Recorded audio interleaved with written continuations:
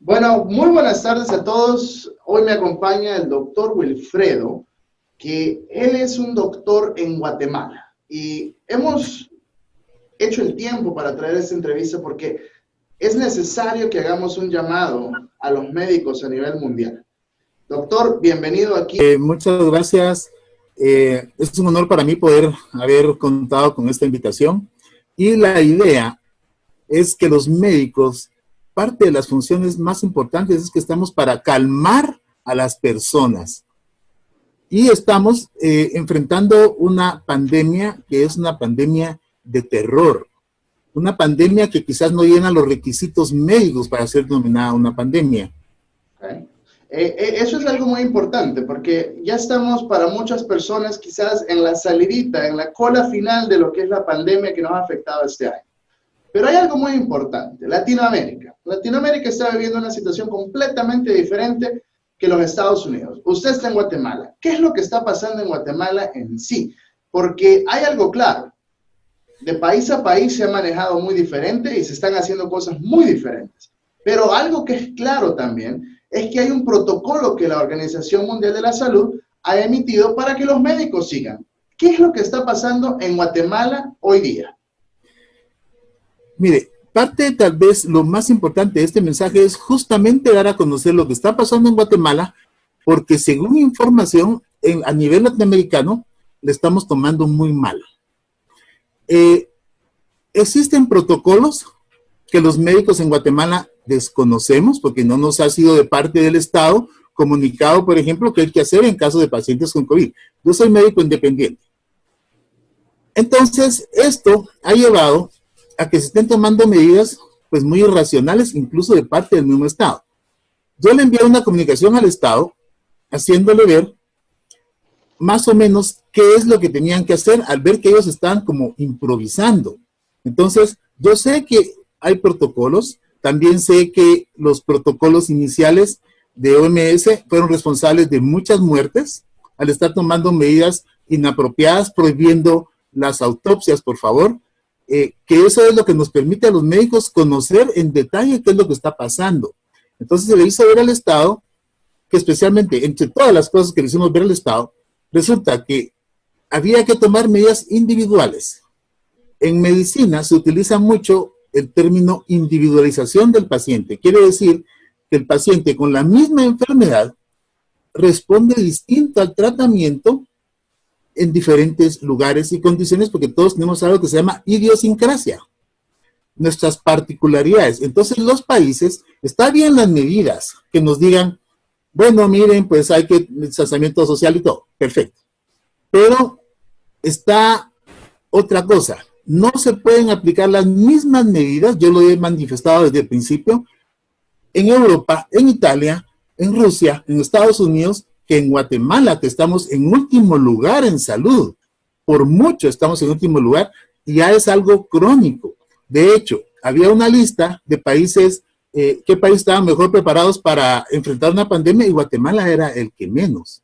Entonces no podíamos implementar medidas de países ricos siendo el país de América más pobre, con más personas desnutridas y con los índices más bajos de desarrollo humano y social. Ahora, aquí hay algo muy importante entonces, porque el comunicado que manda o el protocolo que establece la OMS básicamente dice que sea XXX, pero de eso aplica quizás de mejor forma a algunos países más desarrollados o a algunos países con un sistema de salud diferente que quizás Guatemala y otros países en Latinoamérica, ¿correcto? Sí. Ok, so, eso puede ser quizás un causante a que la situación en Latinoamérica y no solo en Guatemala se haya salido de control en algunos países.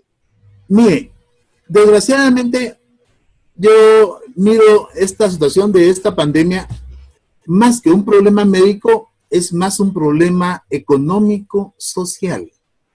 Se dicen muchas cosas, pero lo que estamos viviendo en Guatemala sí coincide mucho con lo que se dice en la web. Por ejemplo, nos mandan a hacer un aislamiento que la misma Organización Mundial de la Salud ha dicho que no funciona.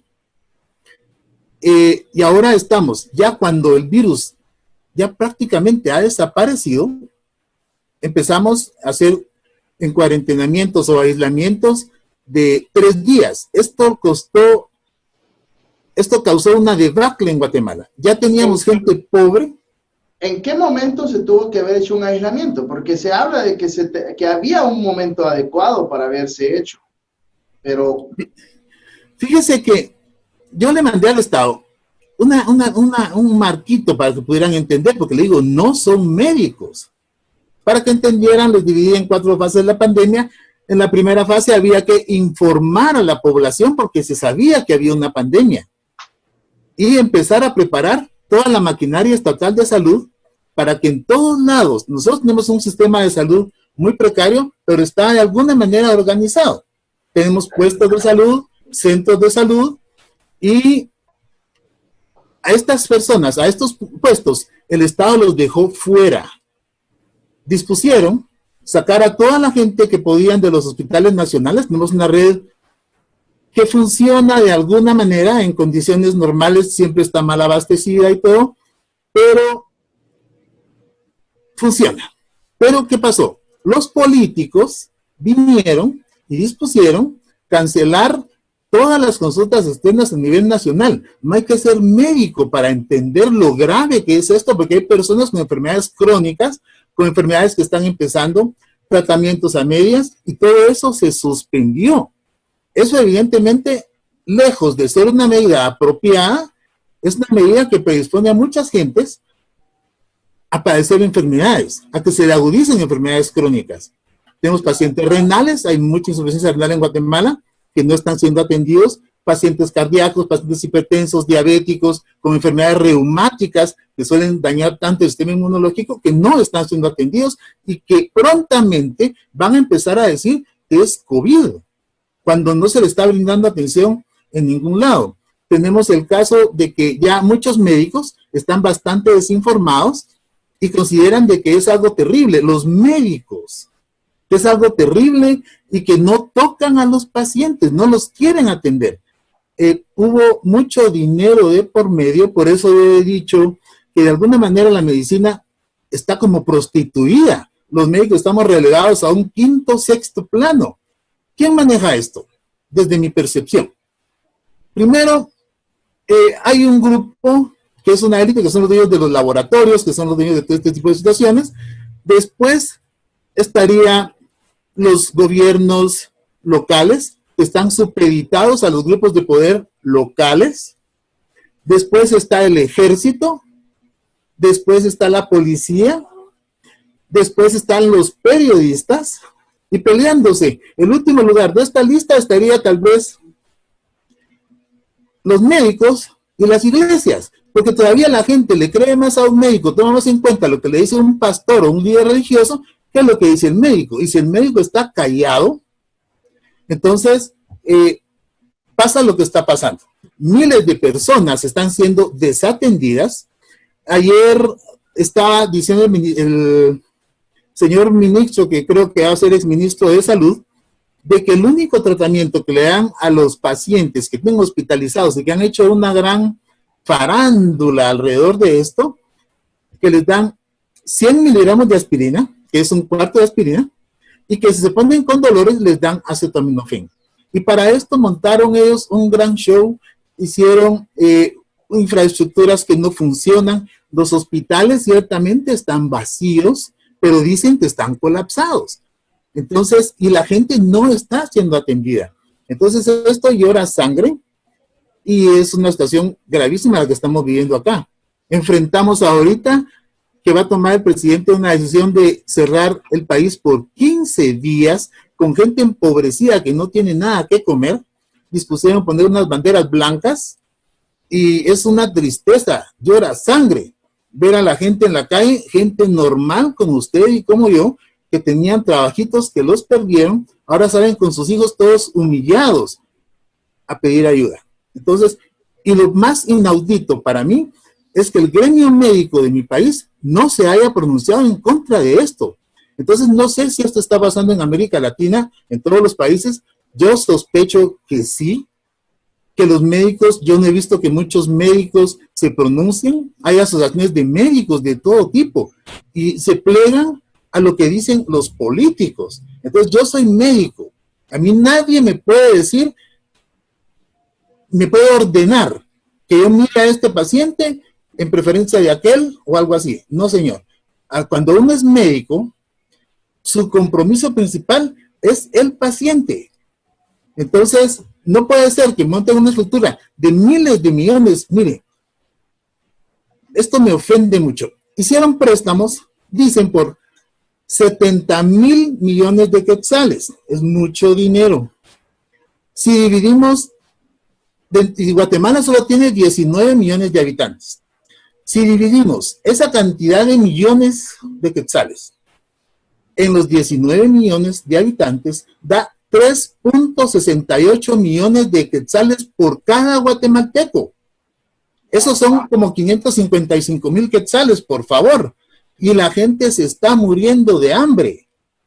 Entonces, ¿cómo se ha manejado en sí todo esto en Guatemala? Porque yo entiendo y he estado, ¿cómo se dice?, atento a cómo se ha manejado en Latinoamérica, ya que hemos estado teniendo entrevistas con personas en otros países. Y básicamente lo mismo que usted comenta, de alguna o de otra forma, ha sucedido en Colombia, en Argentina, en Perú, en México, y se ha manejado de diferentes formas. Ahora, el tratamiento en sí, en Guatemala, para este virus que nos ha afectado este año, ¿cuál es?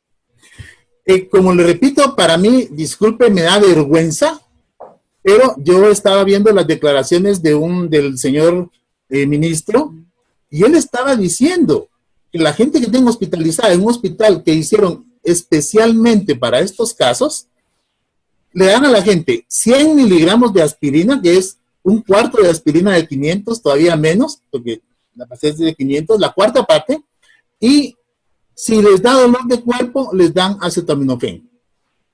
La cantidad de muertos en Guatemala, cuando uno, y eso invito yo a los médicos a que lo hagan, para que se tranquilicen los médicos también, las enfermedades se calculan por 100,000 habitantes.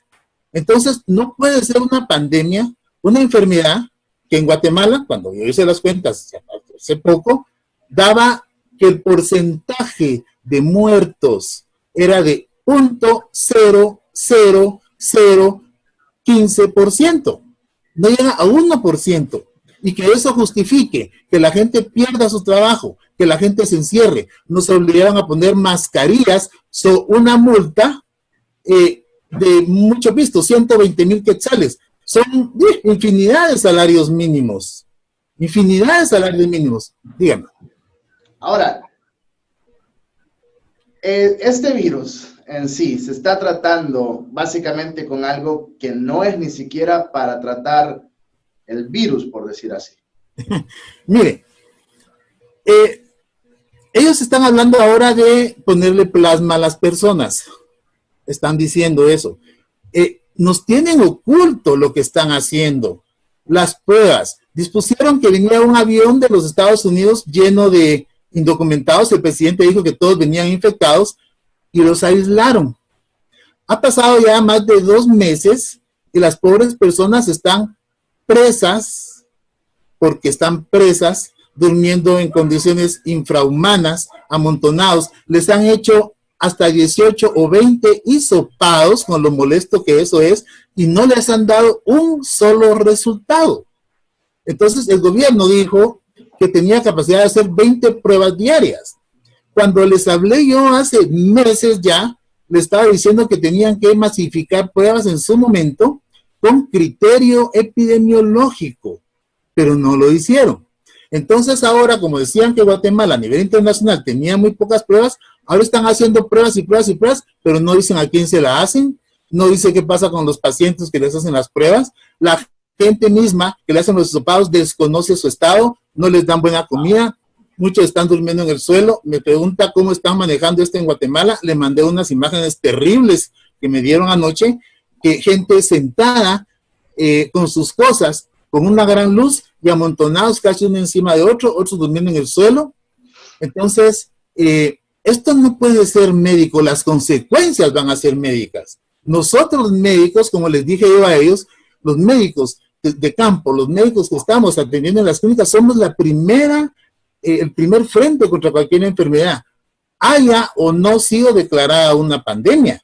Pero ahorita prácticamente es como que ellos no quieren que nosotros nos enteremos. Entonces, usted como médico tendría derecho de ir a un hospital donde hay pacientes con COVID y decir usted, mire, quiero ver cómo saber. Yo les dije que no habían sacado ningún protocolo, solo por ver que me contestaban, y que no sabíamos qué hacer en caso de que hubieran pacientes para evitar subdiagnósticos.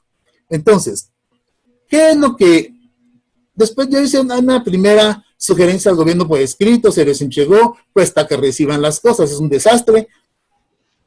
Y dije yo, bueno, a este tiempo, como yo estaba esperando respuesta y no pasaba nada, se dio algo que se aclaró solo, que hizo caer de su peso la situación. Entonces dije yo, bueno, si realmente tenemos casos y no hemos hecho nada eficaz, entonces es cuestión de una semana más para que empiecen las pilas y pilas de cadáveres, el montón de personas enfermas, pero no sucedió. Entonces quiere decir que no tenemos ese problema. Entonces, el misterio, el hermetismo de las pruebas, que solo ellos la pueden manejar, es malo, es incorrecto. Que no se le informe a la pobre población, que solo le infunden pánico. Desde que pones noticias en la mañana hasta la noche, la gente se pasa viendo todo el día noticias solo COVID, COVID, COVID, COVID. Hay muchas más enfermedades que se han descuidado. Tuvimos 2,000 casos de dengue, a nadie le importó. La desnutrición aumentó en un 200% en lo que va de este tiempo, a nadie le importó. Y le digo, somos el país con más desnutridos. Y la gente no toma en cuenta que la gente pobre de Guatemala, que anda alrededor, hay poblaciones con el 80% de pobreza extrema, o sea que tienen menos de $4 al día para comer, y les dicen, lávense las manos. Ellos no tienen agua. Tienen que caminar 2-3 kilómetros para llevar un poquito de agua, tal vez contaminada, a su casa, para tomársela. Entonces, si hubiera COVID acá en Guatemala, y si fuera el COVID que vimos en países que mató cientos de miles de personas, si viéramos, por ejemplo, lo que pasa en los Estados Unidos, porque cualquiera se puede preguntar, bueno, entonces, ¿por qué se mueren tanto en los Estados Unidos? Resulta, por lo que he investigado, que no hay tal colapso en Estados Unidos. Hay médicos que les pagaron $13,000 por ingreso de paciente por COVID y $39,000 si estos pacientes se ponían en un respirador que no funcionaba, pero tal vez no lo sabían. Con el tiempo nos dimos cuenta, en Latinoamérica tuvimos la gran suerte de poder aprender de los errores de otros. Cuando los italianos rompieron el protocolo de la Organización Mundial de la Salud, que decía no hagan autopsias, pero ¿por qué? Bueno, ellos lo rompieron porque ellos no querían ver sus muertos. Y se dieron cuenta que no era un problema de una neumonía, por ejemplo, sino que era un problema y que los respiradores eran los que estaban matando a las personas.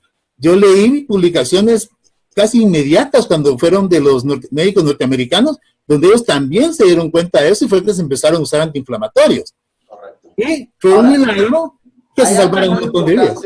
Hay algo muy importante y quiero aclarar. Aquí en los Estados Unidos sí se pagó o se paga por personas que han sido infestadas con el virus, pero se le paga, el gobierno está pagando a los hospitales.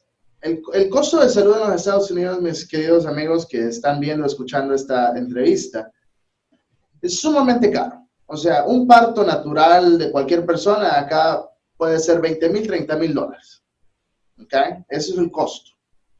Curiosamente, por cada paciente ingresado al hospital con este virus, aparentemente por la documentación que se ha sido filtrada, $13,000 por paciente al hospital. Y eso es lo que se habla de Nueva York, porque Nueva York, el sistema de Nueva York médico estaba completamente colapsado, con hospitales incluso cerrados previo a este problema médico que hemos tenido este año. ¿Qué pasa? Eso es una gran fuente de ingresos para el estado de Nueva York. El problema es que la gente no lo quiere ver de esa forma y yo creo que no lo deberíamos de ver de esa forma, porque es inhumano ver que se ha hecho un negocio de cada pobre enfermo que ha entrado ahí. Ahora, ¿qué sucede? Acá e igual en cualquier país, creo que se ha mal manejado lo que es el tratamiento médico y ha llegado a poner a muchas personas en un respirador, tal como dijo el doctor Wilfredo, ha muerto no por causas del virus, acá es porque el sistema de respiración de la persona colapsa porque los están poniendo en un respirador, el cual eventualmente se dan cuenta, pero es too late, como decimos en los Estados Unidos. Pero hay un problema. Por cada persona que ha estado en un respirador en los Estados Unidos, más de $30,000, porque no me recuerdo exactamente la cifra. 39,000. 39,000. Es lo que le pagan al hospital por ese enfermo.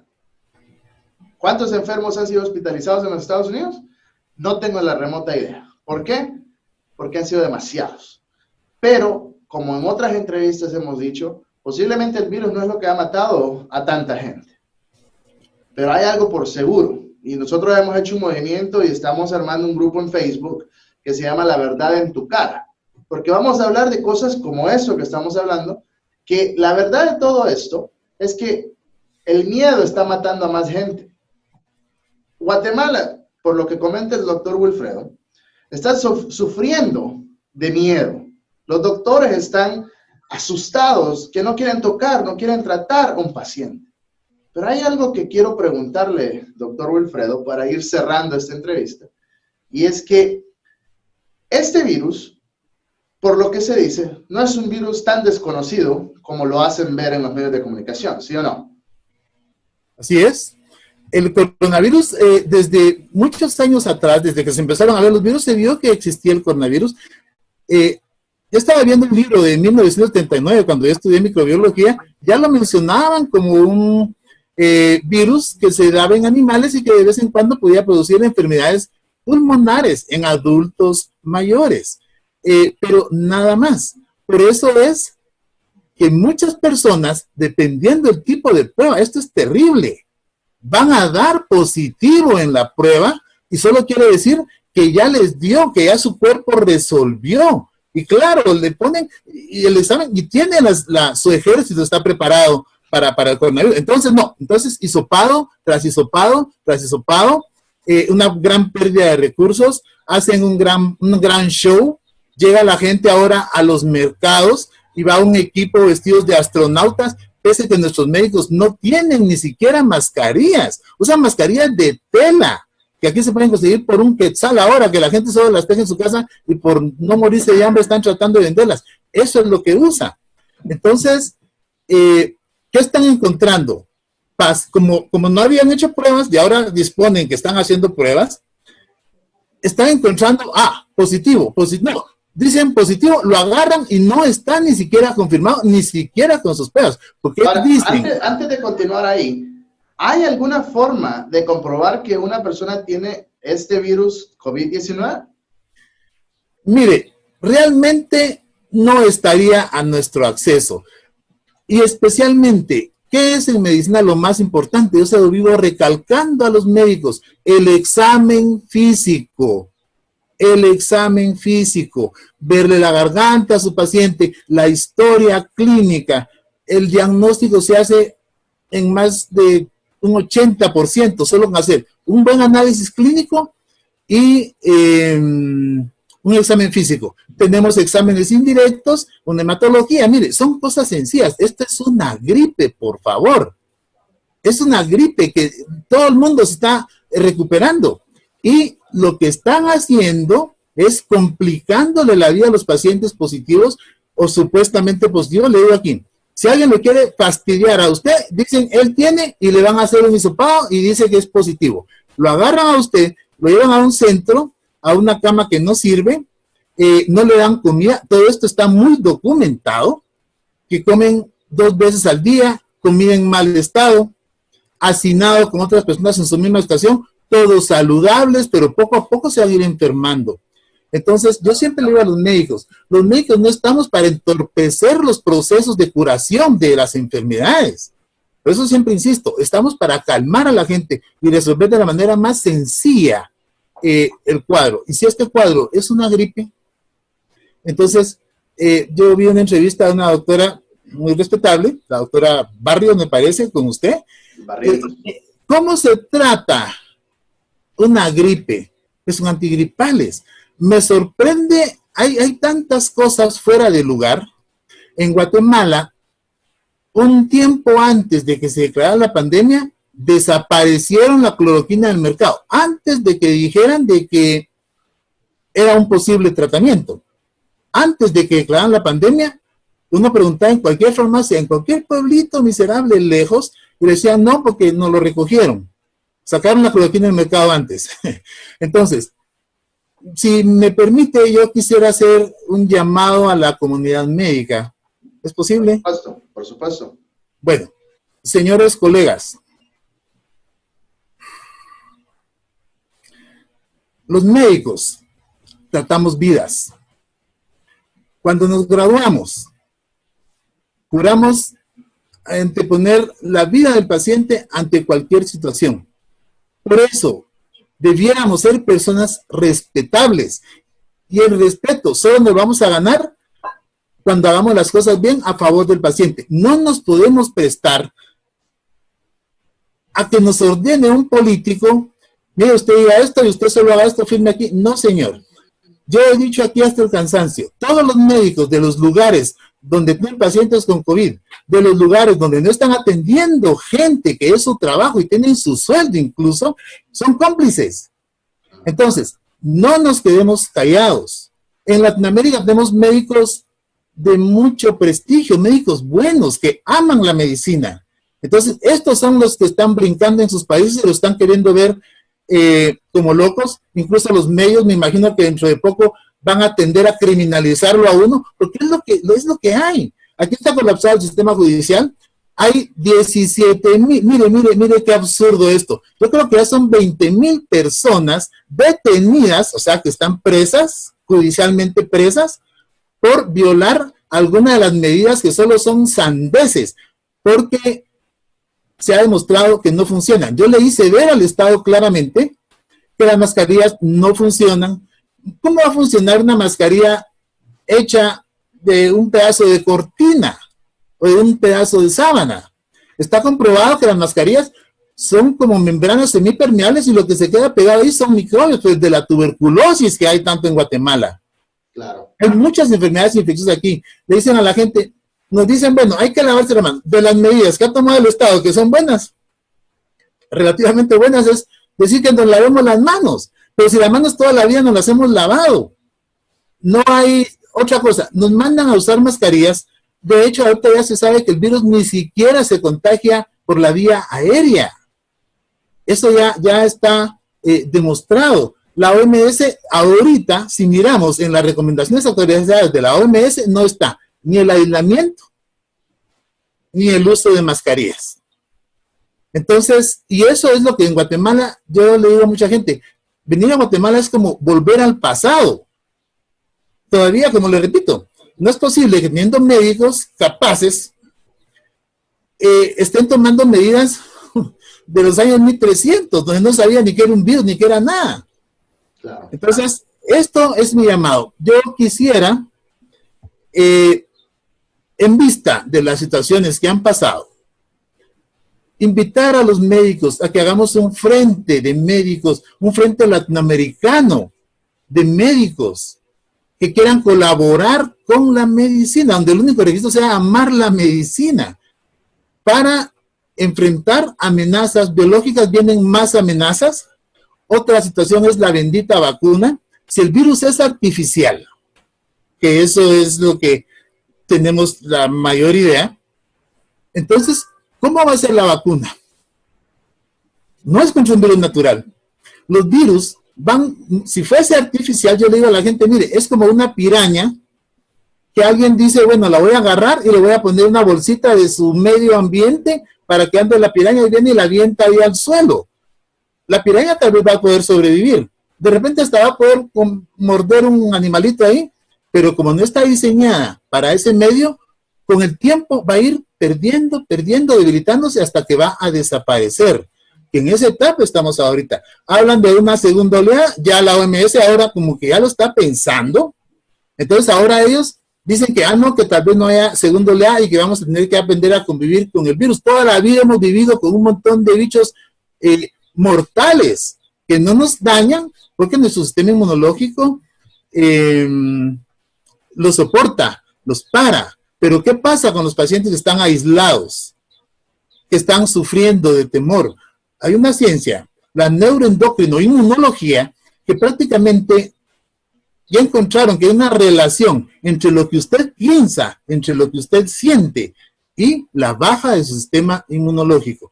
Tenemos, por ejemplo, problemas, yo trato a muchos pacientes con artritis y está bien descrito en la literatura, entonces tal vez muy conocido, que los traumas fuertes y severos como la muerte de un familiar en un accidente atroz desarrolla inmediatamente artritis reumatoidea. Entonces, solo estamos, esta cosa, ¿hasta cuándo va a terminar esta pandemia de terror? Es como cuando hay un brujo malo y feo en un pueblo, hasta que la gente entiende que el brujo miente. Entonces, esta pandemia se va a acabar cuando la gente deje de estar sugestionada. Es la pandemia de la sugestión. Nos están bombardeando todo el tiempo con información falsa que parece verdad, pero no dicen el origen, no nos explican el por qué. Primero, no lo saben, segundo, no les importa, y tercero, es un gran negocio.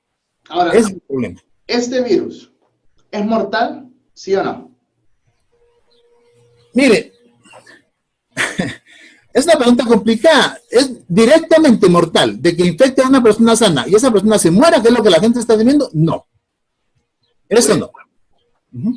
Pero complicaciones van a haber siempre, y de eso sí se puede morir la gente.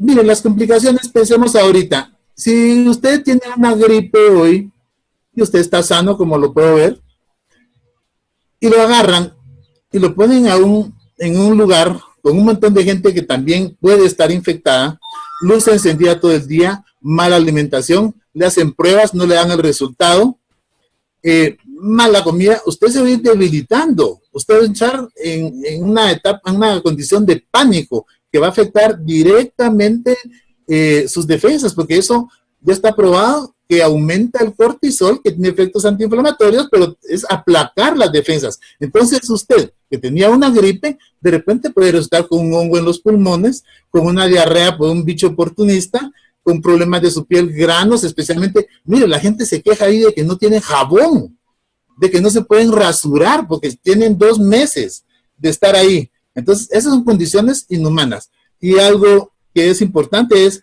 hay unas cosas, así lo voy a decir para que me entiendan los políticos, que son unas listas que se llaman pactos internacionales de derechos humanos. Ahí está que no se puede dañar a la gente. Estos son solo un freno para que los políticos no puedan, los gobiernos no puedan abusar de su poder. Si un delincuente provoca una lesión a otro, bueno, es un delito penal que está escrito en los libros de leyes de cada país y debe ser castigado. Pero cuando es un agente estatal, y eso le dije yo hace poco a unos médicos que están trabajando, mire, salones que eran de feria, los habilitaron para pacientes.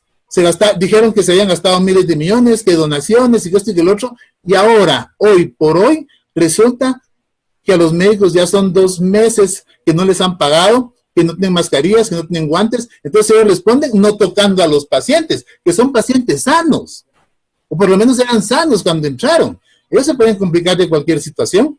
Entonces, esto, señores, no lo podemos permitir los médicos. Si nos quedamos callados, somos cómplices. Entonces, para resumir todo eso, el mal manejo del sistema médico, en este caso en Guatemala, ha causado mayores estragos quizás que lo que el virus en sí ha llegado a causar en Guatemala. Es deplorable las imágenes que yo recibí de parte de su equipo, ya que creo que ningún humano se merece estar en esas condiciones. Pero hay algo muy importante. A mí me contacta mucha gente por medio de las redes sociales, ya que nos hemos tomado el trabajo de quizás comunicar algo que no toda la gente quiere comunicar, pero hay algo muy importante. Y eso es que no podemos cerrar nuestros ojos y decir, ok a todo. Hay algo muy importante que tenemos que recordar. Nacimos con un criterio, y ese es propio. Y hay algo que nosotros como humanos tenemos que tener en cuenta. Tenemos que cuestionar lo que estamos viviendo. Y con eso yo le agradezco al doctor Wilfredo, su compañía, su información y su conocimiento. Y le agradezco por ser valiente y compartir lo que usted está compartiendo con nosotros. Y le hacemos ese llamado a todos los médicos en Latinoamérica y el mundo. ¿Por qué no? El que habla español, que escuche este video, que nos contacte. Porque, como dice el doctor Wilfredo, es hacer la diferencia, hacer un frente, ya que hay algo muy importante. No todos saben quizás lo que estaba pasando y ahora se encuentran en el medio de eso. Yo no creo que los médicos en los Estados Unidos todos hubieran estado de acuerdo con lo que está pasando, pero veo más médicos en Latinoamérica hablando de estas cosas como el señor Wilfredo que aquí en los Estados Unidos. ¿Por qué? Las leyes acá son muy severas, muy severas. La doctora Barrientos, como usted mencionaba, una gran doctora, tuvo una entrevista hace unos días. Alguien me llama, mira la entrevista que le hicieron, entro y la entrevista está bloqueada, censurada. La doctora no habla de política, pero muchas personas lo hacen político. El mensaje aquí no es político, el mensaje es acá, tomemos nuestras propias decisiones y hagamos nuestras propias conclusiones. Hay algo muy importante, este virus es inflamatorio y este virus se debe de tratar como lo que es. Yo no soy médico, yo soy un empresario, yo no soy ni siquiera reportero, pero cuando me encuentro en todo esto que estamos viviendo ahorita, yo me levanto y quiero hacer mi trabajo de comunicar por medio de la plataforma que tenemos, una radio. Y una de las cosas que les digo, si esto es inflamatorio, se debe de tratar como algo inflamatorio. Y si no lo están haciendo, usted busque inflamatorios en cualquier farmacia que no cuesta mucho, y tómelo, tómelo. Eso es algo que yo, todo el mundo que me contacta asustado, y le digo, mira, conseguiste un buen antigripal, conseguiste un ibuprofeno, que es muy barato, muy accesible, tomate 600, 800 miligramos al día, con eso vas a estar bien, tómatelo una semana, y tómate un buen antigripal. Yo no soy médico, pero muchos médicos es lo que me dicen que funciona. Lo único que yo les puedo decir a todos los que están viendo este video es, piensen, tomen sus propias decisiones, hagan sus propias conclusiones. Señor Wilfredo. Mire, tal vez solo algo, a mí no me gusta en entrevistas hablar de medicamentos y le voy a decir por qué. Porque los latinoamericanos tenemos, yo creo, la desgracia de poder conseguir cualquier medicamento prácticamente sin receta. En Guatemala recién se implementó una ley donde ya los antibióticos no se venden, todavía se pueden conseguir legalmente, que sería sin receta, pero no se venden. Mi llamado, yo estoy de acuerdo a lo que usted está diciendo en parte, y le voy a decir por qué. Porque la gente tiene que tener síntomas para empezar a tomar un medicamento contra tal cosa. No se puede tomar nada, ningún medicamento para prevenir el COVID. Pero si usted empieza, como dice el licenciado acá, con síntomas de gripe, tome antigripales. Tal vez lo más que podemos prescribirle a las personas es que tomen vitamina C. Yo tengo años de toda la vida prescribirles vitamina C. Normalmente traen 50 miligramos las multivitaminas, ¿no? Por lo menos 500 miligramos 3 veces al día. Eso lo puedo decir porque esto no causa problema. Una dosis de vitamina A de unas 200,000 unidades, eso puede ayudar a tener un sistema pulmonar un poquito más fuerte. Una dosis, vitamina D, que hay que tomar unas 400 unidades bastaría. Esto podemos prescribir. Hoy justamente me cuenta una amiga de Honduras, ella no es doctora, que están tomando aspirina 3 veces al día y limón. Entonces, eso está muy mal. Otros pueden estar tomando, por ejemplo, diclofenaco. Yo no estoy en contra de los antiinflamatorios, pero si revisan, 1 de cada 10,000 personas se puede morir por tomar diclofenaco. Riesgo siempre hay en todo lo que hacemos, en todo lo que tomamos. Sin embargo, si yo tuviera COVID, tomaría algún antiinflamatorio. De hecho, he tenido un par de casos que se han resuelto muy bien. Y de hecho, una persona ya tenía expectorando sangre, sin hospital, en su casa y por teléfono. Tengo las radiografías, el caso está muy bien documentado, pero eso es la medicina. Entonces, por eso, los médicos, insisto, disculpen mi insistencia, No nos debemos quedar callados porque somos cómplices de estos desgraciados. Y no podemos quedarnos mudos, porque entonces estamos incumpliendo con el primer precepto de la medicina, que es no hacer daño. Y yo diría, no permitir que se le haga daño a nuestra gente. Correcto. Y muchísimas gracias por su conocimiento. Y como les digo, señor, yo no soy médico, pero he hablado con muchos médicos. Usted mismo lo dice. Es de buscar las soluciones a los síntomas, a lo que uno tiene. Y una de las cosas es que tenemos que unirnos, porque unidos vamos a hacer mucha fuerza y muchos cambios. Muchas gracias a todos por siempre sintonizarnos y recuerden de suscribirse a nuestro canal, ya que vamos a seguir trayendo muchas entrevistas con personas como el doctor Wilfredo. Mucho gusto y muchas gracias.